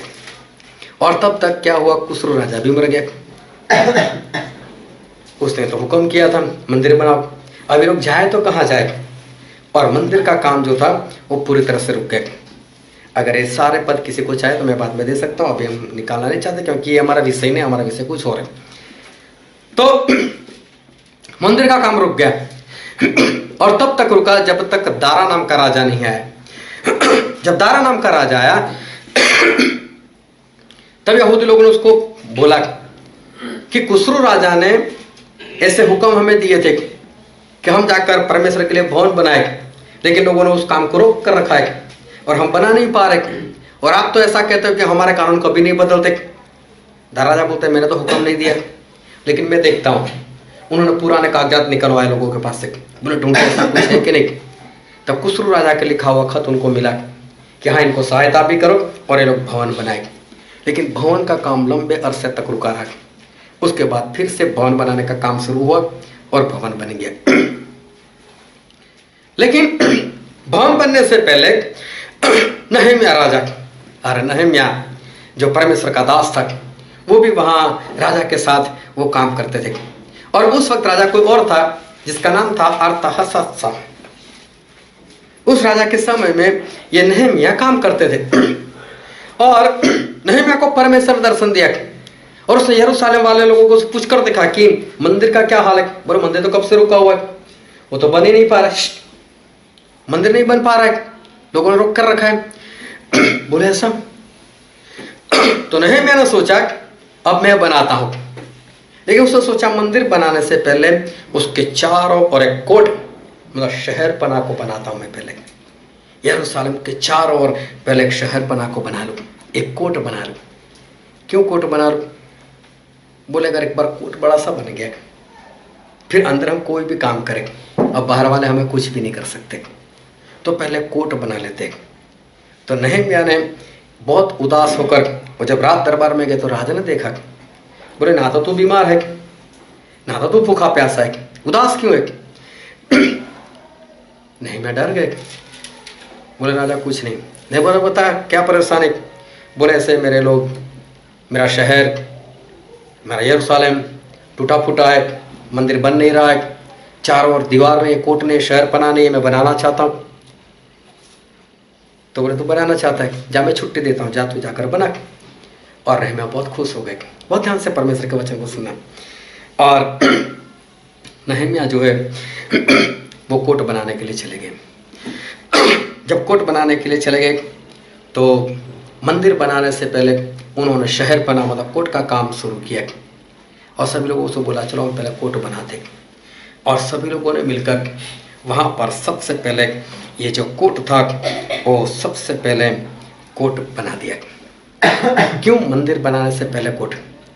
जब इज़राइल के लोग मिस्र देश से छुटकर जब रास्ते में थे, यहोशू के हाथ में इनकी डोर थी, और जब ये लोग वहाँ पर पहुँचे तो वहाँ यरीहो नाम का शहर था, और यरीहो के चारों ओर एक कोट था। इज़राइल कुछ कर पाए उनको? जब तक कोट था वो अंदर वाले को कुछ कर नहीं पाएगा। जब तक कोट था तब तक अंदर वाले महफूज थे, उनको कोई कुछ भी नहीं कर सकता था। कोट वो जगह है, शहरपना वो चीज है जो अंदर जितने भी लोग हैं उनको संभाल कर रखता है। चाहे उसके पास शस्त्र नहीं है, चाहे वहां पर कोई पहरा देने वाला नहीं, लेकिन चारों ओर अगर शहर बना है तो उसके बीच में जितने भी लोग हैं वो लोग महफूज है, वो लोग सुरक्षित है। और नहम्याह ने देखा कि अगर मंदिर बनाना है तो ये लोग तो रुकावट ला रहे, तो मंदिर बनाने से पहले क्यों ना हम ऐसा करें कि वहां पर एक कोट बना ले, उसके चारों ओर हम एक शहरपना बना ले, ताकि कोई भी अंदर आकर हमें मंदिर बनाने के काम में वो रुकावट ना ला सके। हालेलुया। सब जाग रहे हो ना? तो बहुत ध्यान से समझना। नहम्याह ने यह सोचा मंदिर नहीं, पहले कोट बनाया जाए, पहले शहरपना बनाई जाए, और उन्होंने सबसे पहले शहरपना बनाई, उसमें सफल भी हो गए। अब सवाल ये होता है, जब मंदिर को लोग रोक सकते तो शहरपना को नहीं रोक सकते बनाने? क्या उसमें रुकावट नहीं ला सकते? ला सकते वो लोग, लेकिन किस तरह से उन्होंने ये कोट बनाया हम देखते हैं। जो नहम्याह का पुस्तक हमने पढ़ा था उसका 4था अध्याय, और हमने पढ़ा था 15 से लेकर 20 पद तक। अभी पढ़ो तो 15 से एक बार फिर कोई धीरे ત્યારે धीरे અમારા से। શત્રુઓએ સાંભળ્યું કે અમને તેઓના ઈરાદાની ખબર પડી છે ને દેવે તેઓની મસલત રદ કરી છે। ये इनके जो विरोधी लोग थे वो लोग चाहते थे कि हम कभी भी मंदिर नहीं बनाने देंगे, और इन लोगों को भी पता चल गया था, नहम्याह को भी पता चल गया ये लोग रुकावट लाएंगे, हमको मंदिर नहीं बनाने देंगे।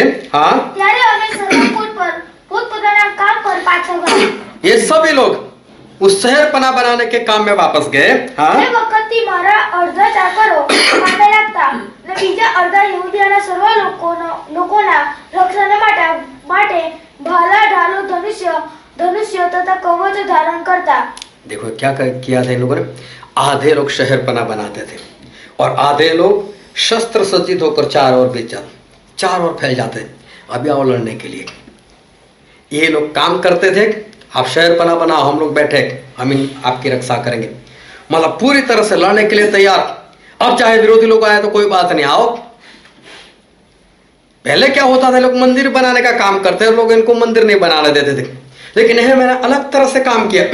शहरपना बनाओ, आधे लोगों को बोल दिया आप शहरपना बनाओ, आप उसमें ध्यान रखो, और आधे लोगों को बोल दिया भाला ले लो, तलवार ले लो, जो भी लेना है सब कुछ ले लो, लेकिन कोई भी अगर वो काट करने के लिए उसको खत्म कर दो, वो नहीं चाहिए हमें, उनको मार दो। हमें सबसे पहले शहरपना बनाना है, और कोई भी हमला करने के लिए आता है, रोकने के लिए आता है, उसको खत्म कर दो। और आगे જેઓ કોટ બાંધતા હતા તેઓ તથા જેઓ માથા પર બોજો ઉપાડતા હતા તેઓ પર શસ્ત્ર સજ્જિત રહેતા। તેઓ માનો દરેક એક હાથથી કામ કરતો ને બીજા હાથમાં શસ્ત્ર રાખતો। देखो शहरपना बनाने वाले लोग भी कैसे थे, वो लोग भी हाथ में शस्त्र लेकर काम करते थे, चाहे सर के ऊपर कुछ उठाया है, चाहे हाथ में कुछ लेकर जा रहे हैं, लेकिन एक हाथ में शस्त्र तो है। वो भी चारों देखते, कोई हमला करने के लिए नहीं आता, कोई रुकावट करने के लिए नहीं आता। अगर आए तो वो काम छोड़ो, पहले उसको पहले खत्म करो। वो भी पूरी तरह से शहरपना बनाना ही बनाना है। इसको बोलते इरादा, मजबूत इरादा। बनाना है तो बनाना है, चाहे सामने वाले को मारकर, चाहे कोई रोकने के लिए आता है उसको खत्म कर, लेकिन बनाना तो है ही है।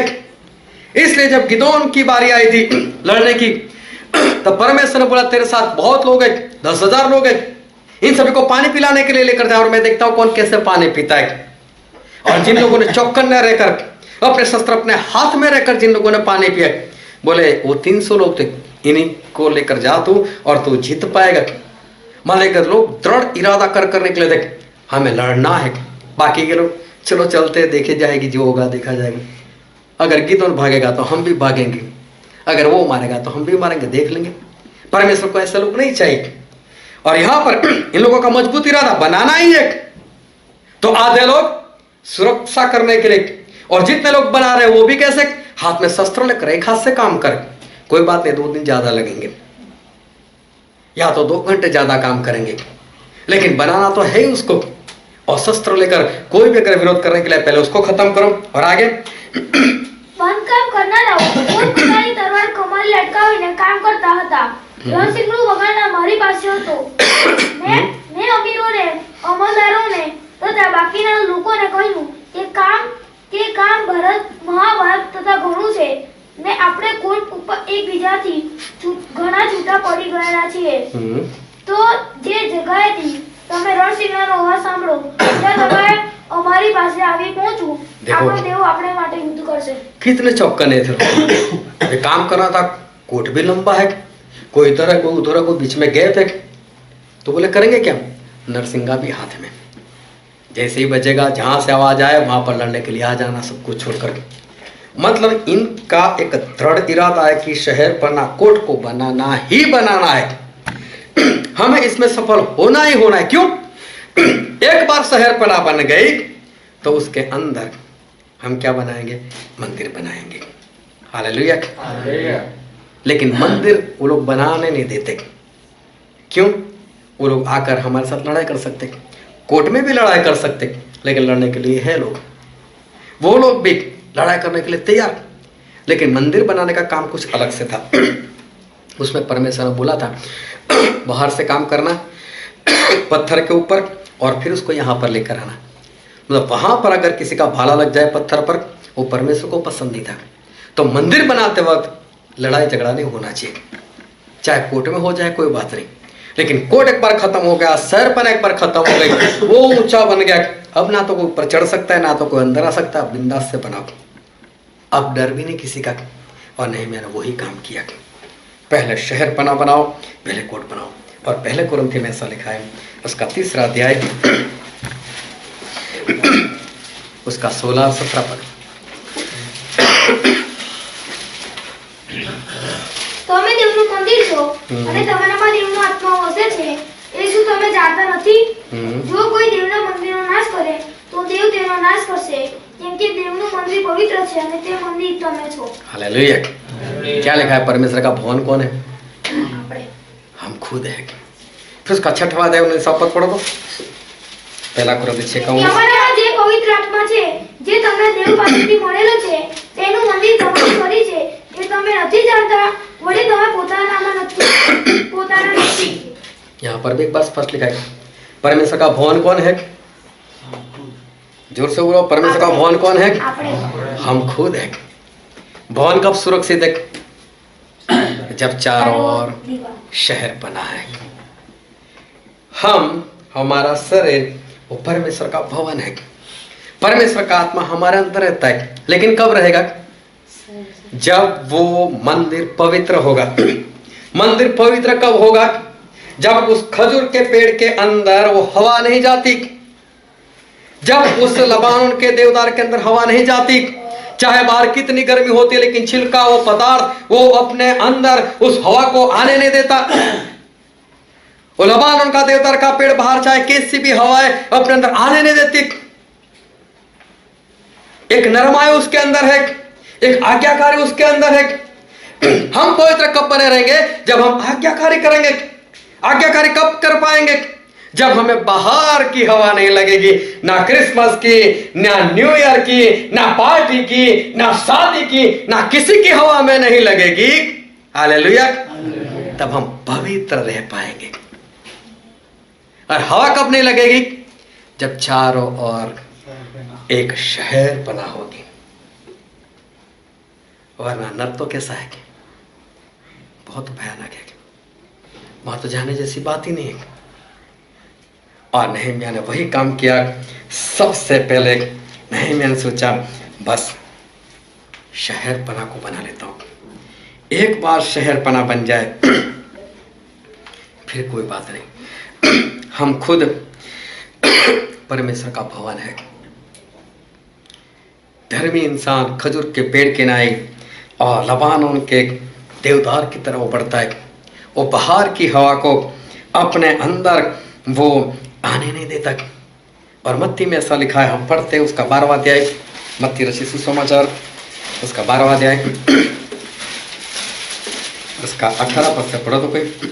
જો મારો સેવક જેને પસંદ છે, મારો પ્રિય જેના પર મારો જીવ પ્રસન્ન છે. एक बार फिर से पढ़ो।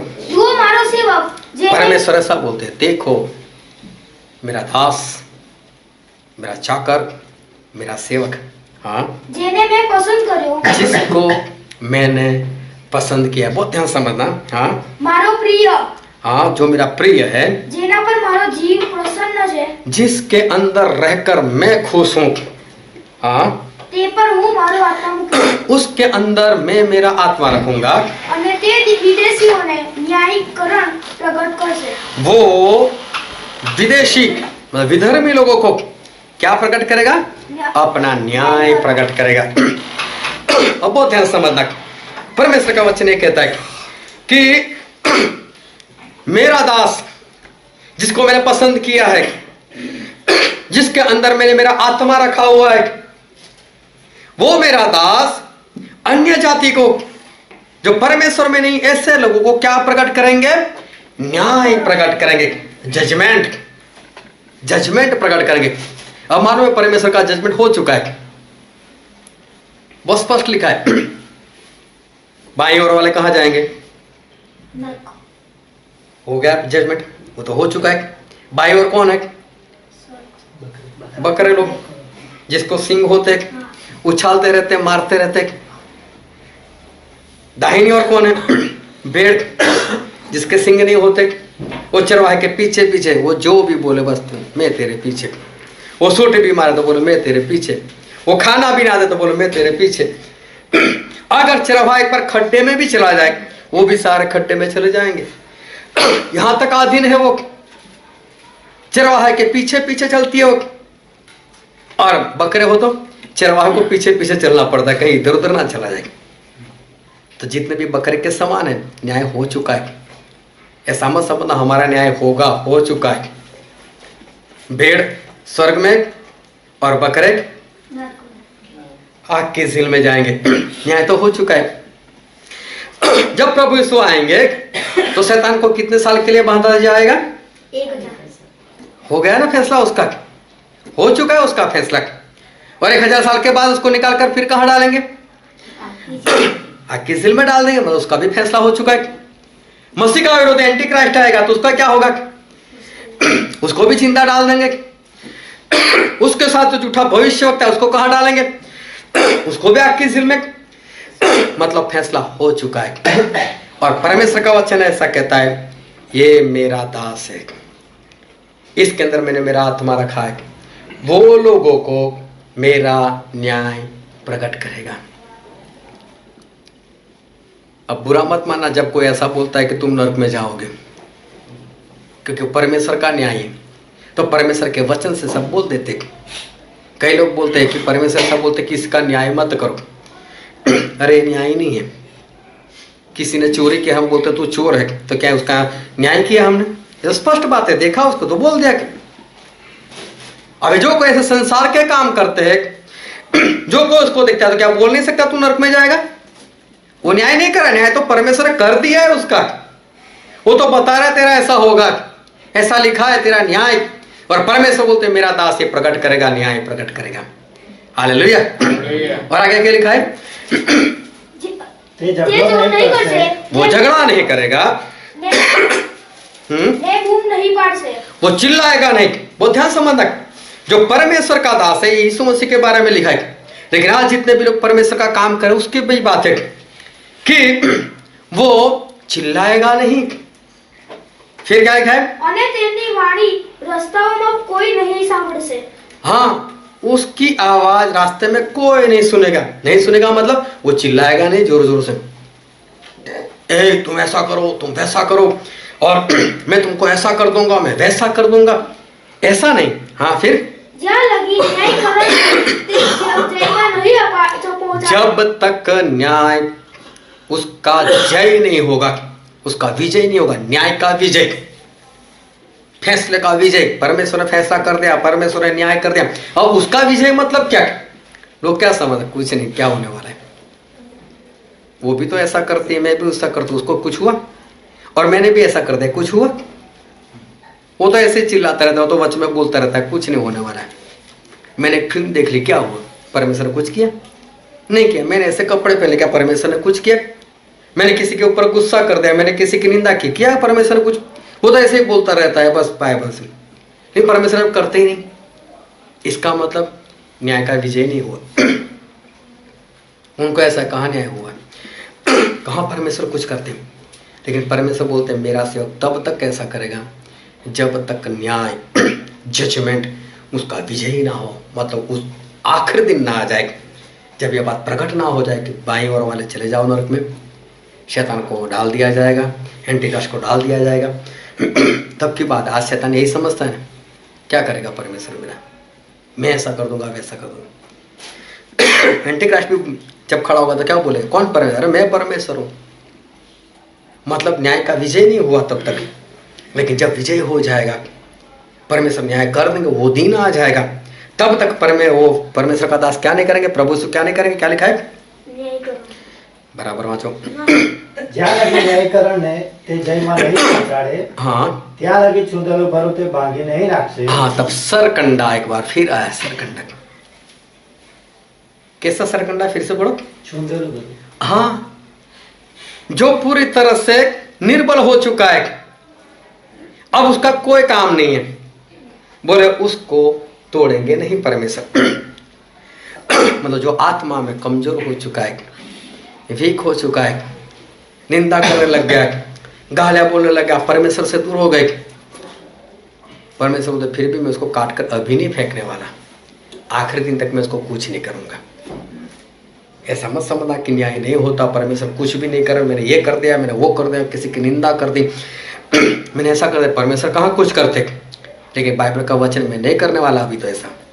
जब तक वो आखिरी दिन ना आए तब तक जो सरकंडे की तरह कभी हवा इधर चलते इधर झुकते, इधर चलते इधर झुकता है, संसार के समान जीवन जीते, और परमेश्वर बोलते ऐसे कमजोर लोगों को मैं कुछ भी नहीं करता, मैं इनको जीने देता हूं, मैं इनको नया मौका देता हूं, और जब तक वो दिन ना आए तब तक मैं उनको कुछ करने वाला भी नहीं, मैं नहीं करूंगा। और आगे क्या लिखा है? धुआं सड़ पड़ते नहीं ओलों से। जो सन का एक कपड़ा आता है, सन, उसके अंदर से जो धुआं निकलता है, अभी तो इलेक्ट्रिक लाइट आ गई, लेकिन पहले जब मिट्टी के तेल से जो जलाते थे और उसमें से जो प्रकाश आता है, उसकी जो दीवट बनती है ना, वो सन के कपड़े की दीवट बनती है। आज भी कई लोग जलाते हैं, उसको बोलते हैं पेट्रोमैक्स। अगर किसी ने देखा हो या किसी ने सुना, पेट्रोमैक्स नाम की एक चीज आती है, उसको जलाया जाता है पंप मार मार कर, उसके बीच में जो होता है उसको मेंटल बोलते हैं लोग, लेकिन वो सन का कपड़ा होता है, जाले जाले वाला, धागे का बनाया हो, उसको वहां पर बांध देते। फिर जब उसका कॉक ऑन करते तो उसके ऊपर मिट्टी का तेल पड़ता है, फिर उसको दिया सले से जलाया जाता है। जब वो पूरा जल जाता है वो राख बन जाता है। राख बनने के बाद वो गिर नहीं जाता, वो राख बनने के बाद उसमें से ज्यादा प्रकाश बाहर आता है। पेट्रोमैक्स, एक गोले से ज्यादा उसका प्रकाश आता है। अगर किसी ने ना देखा हो तो हो सकता है कभी देखने को मिल जाए, लेकिन पहले जो बैंड बजाते ना, वो लोग सर के ऊपर वही उठा कर जाते थे, और घर में भी यही होता था।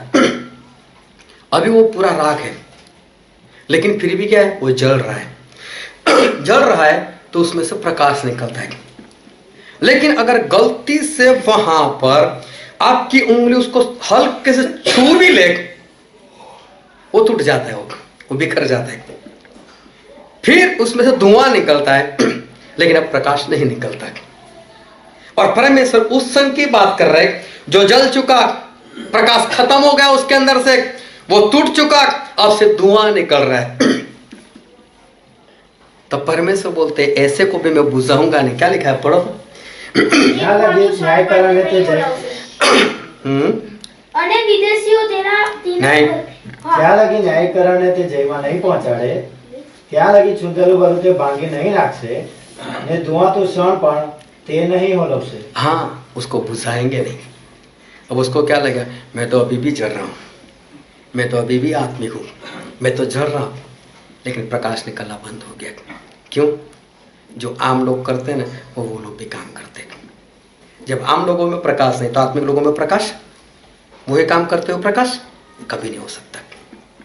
लेकिन उसको ऐसा लगता है मैं भी जल रहा हूँ, जल नहीं रहा, तो टूट चुका है, तेरे अंदर सिर्फ धुआं निकलता है। लेकिन प्रभु क्या बोलते हैं, मैं उसको भी नहीं बुझाने वाला। कब तक? जब तक मेरा न्याय प्रकट ना हो जाए। ऐसा मत समझना जो भी गलती करते हो परमेश्वर कुछ भी नहीं करते, तो परमेश्वर कुछ करेंगे भी नहीं, ऐसा मत समझना। फैसला तो हो चुका है, लेकिन वो फैसला आखिरी दिन हमें पता चले। उस सरकंडे की तरह टूट चुके हो। जैसे हवा चलती है वैसे इधर उधर डोलते डालते रहते हो और ऐसा समझते हो कि मैं अभी भी आत्मा हूं। तो समझ लेना कि आपका आत्मा खतरे में है। हमें संसार से अलग दिखना है, चाहे वो कोई भी हो। हमें संसार से अलग दिखना है। हमें संसार के समान जो हवा चलती है उस हवा के अंदर नहीं बढ़ना है। लेकिन होता क्यों है सब? हवा लगती है इसलिए होता है। इस मंदिर को हवा मत लगने दो। चारों ओर क्या बना दो? शहर बना दो, कोट बना दो, ताकि बाहर की हवा ना लगे। पवित्र आत्मा के एक शहर बना दो। बाहर चाहे लोगों को जैसे जीना हो वैसे जिए, चाहे आपकी मंडली वाले जिए, चाहे आपके पास्टर ऐसे जिए, कोई बात नहीं, जिसको जैसे जीना है जिए। लेकिन वो हवा हमारे अंदर नहीं लगनी चाहिए। अपने चारों ओर शहर बना लगाओ। शैतान नहीं बनाने देगा। क्या करना पड़ेगा? और लोगों की जरूरत है, एक हो जाओ। अगर नहीं कर सकते तो लोगों से कहो मेरे लिए प्रार्थना करो। लोग शस्त्र सज्जित होकर लड़ने के लिए तैयार, और साथ में हम भी एक हाथ में हथियार लेकर हम भी शहरपना को बनाए। नरसिंगा बजाने वाला है, उसके पास इकट्ठा हो जाए। जब भी किसी को जरूरत है वहां पर इकट्ठा हो जाए, उसकी सहायता करें। लेकिन अपने चारों ओर एक शहरपना बना लो, एक कोट बना लो, ताकि अंदर हवा ना लगे। संसार में जो भी होता है होने दो, लेकिन हमारे अंदर किसी भी हवा को लगने मत दो, ताकि हम उसके समान ना हो जाए। उस सरकंडे की तरह कभी इधर कभी उधर ना झुके, उस पेपरस के पौधे की तरह कभी इधर कभी उधर नहीं। परमेश्वर बोलते मैं ऐसा नहीं चाहता, जैसे हवा चलते वैसे आप लोग भी चलते रहो। लेकिन खजूर के पेड़ के नहीं, लबानोन के देवदार के समान हम लोग बढ़ते ही चले और अपने चारों ओर एक शहरपना बना लें, ताकि बाहर की हवा हमारे अंदर ना लगने पाए। आओ हम हमारी आंखों को बंद करें, हमारे मस्तकों को झुकाए।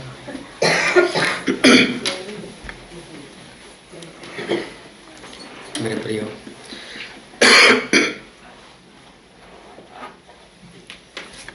अपने आप को जांचो,